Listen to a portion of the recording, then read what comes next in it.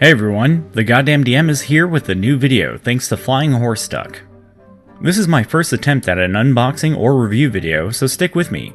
You're also probably wondering why I have a band-aid on. Well, it's because I saw this package in my mailbox and, like an idiot, I smashed my hand on the edge of the mailbox while trying to get it out. Speaking of getting it out, let's get this thing open. Little background. Flying HorseDuck is a dice-making company based in the US that has a Kickstarter up for their 60-sided dice sets. They're not D60s though, they're your standard set of d20 through d4 numerically, but all the dice have 60 sides. So a d20 has 3 sets of 1 through 20 on it, a d12 has 5 sets of 1 through 12 on it, and so on. I know that doesn't seem like it would work out for a d8 since it doesn't divide into 60 evenly, but they solved that by adding 4 re-roll faces to make it balance out with the rest of the set. So, first thing we have is the wrap for the box, complete with the Flying HorseDuck logo. It's made out of a thick paper and has a sticker on it, so I can't take it out without breaking this seal. Now that we got that off, we can see the awesome dice pouch. It's got their logo on it, obviously, and it has a nice felt texture to it with an easy drawstring system. However, this looks like it's only big enough to fit one of their dice though, so make sure you have your own dice bag to put this one in. This one does look different than the one from their Kickstarter video, but I'm being told by the company that this will be the final product, so what you're seeing is what you'll get. And finally, we got the dice itself. This thing is a beauty. It's made out of aircraft-grade aluminum, so it's got a solid amount of weight to it, but not so much like a dice made out of a heavier metal, like tungsten. This is a d20, which we can tell because it's the highlighted number on the die. The others would have highlights on their highest numbers so you can tell them apart, like a 12 for a d12. They also space the numbers out so that way you can see it from multiple angles, as well as keeping the odds balanced like your standard d20.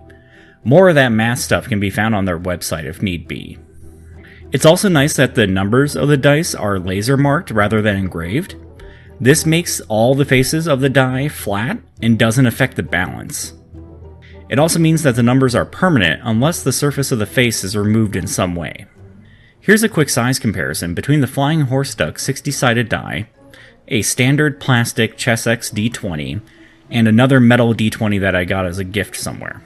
I think it's made out of brass or copper or something like that. This thing is massive compared to the other two. It's about 1.5 inches wide compared to the 3/4 of an inch like your standard die, and the weight of it is just shy of 3 ounces per their website. I don't have a scale on hand, but I can tell you it weighs more than the plastic die, and roughly the same as the metal one, but it's more spread out, so it's kinda hard to tell exactly.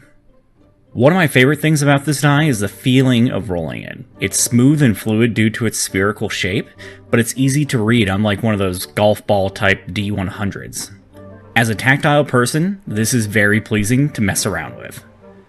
Other than that, it has a great look, its shape is unique, and it definitely fills the boots of what I expect out of a luxury set of dice. The Kickstarter is still up at this point, and was fully funded before I even got my hands on this die, but you can still check it out and purchase one or the full set. They should be shipping out in November or December per their Kickstarter. You can check the video description for a link. Be advised that this video is not a paid endorsement by Flying HorseDuck and it's an honest review, but the link is an affiliate link for me, so I do make a commission if anyone happens to buy it. I always want to make sure that I'm being honest with my viewers and will always advise of these types of things. This video was created with the help of my awesome Patreon subscribers, with some additional inspiration from these adventurers. Is it a beholder? Is it a flump? No, it's Terraka! And Daniel, always first in initiative, Barton.